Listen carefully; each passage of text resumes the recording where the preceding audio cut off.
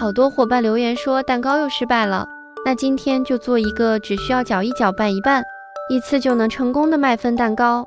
在大碗内打入2颗鸡蛋，50克白糖，这个量不是很甜，110克玉米油，150克纯牛奶。如果你喜欢吃甜的，可以适当的再加一点糖。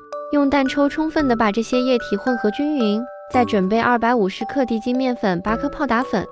如果实在没有低筋面粉，也可以用普通面粉代替。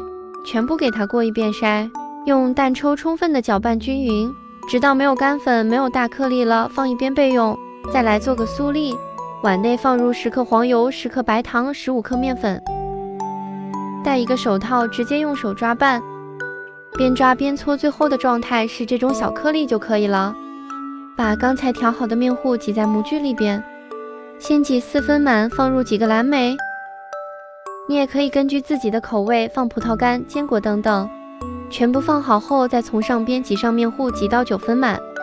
为了让它有爆浆的效果，表面再放上2个蓝莓，最后再把做好的酥粒撒在表面。当然了，你要不喜欢吃也可以不放。烤箱上下火180度，提前预热10分钟，放在烤箱的中层。最后剩了点面糊，又放了2个纸杯，一共做了8个，烤25到30分钟左右。每家的烤箱温度不太一样，所以你要根据自己烤箱情况做适当的调整。很快我们的麦芬蛋糕就烤好啦。等晾凉不烫手了，把表面的这层纸给撕掉。经过烘烤之后，蓝莓都已经烤爆了，所以有一种爆浆的效果。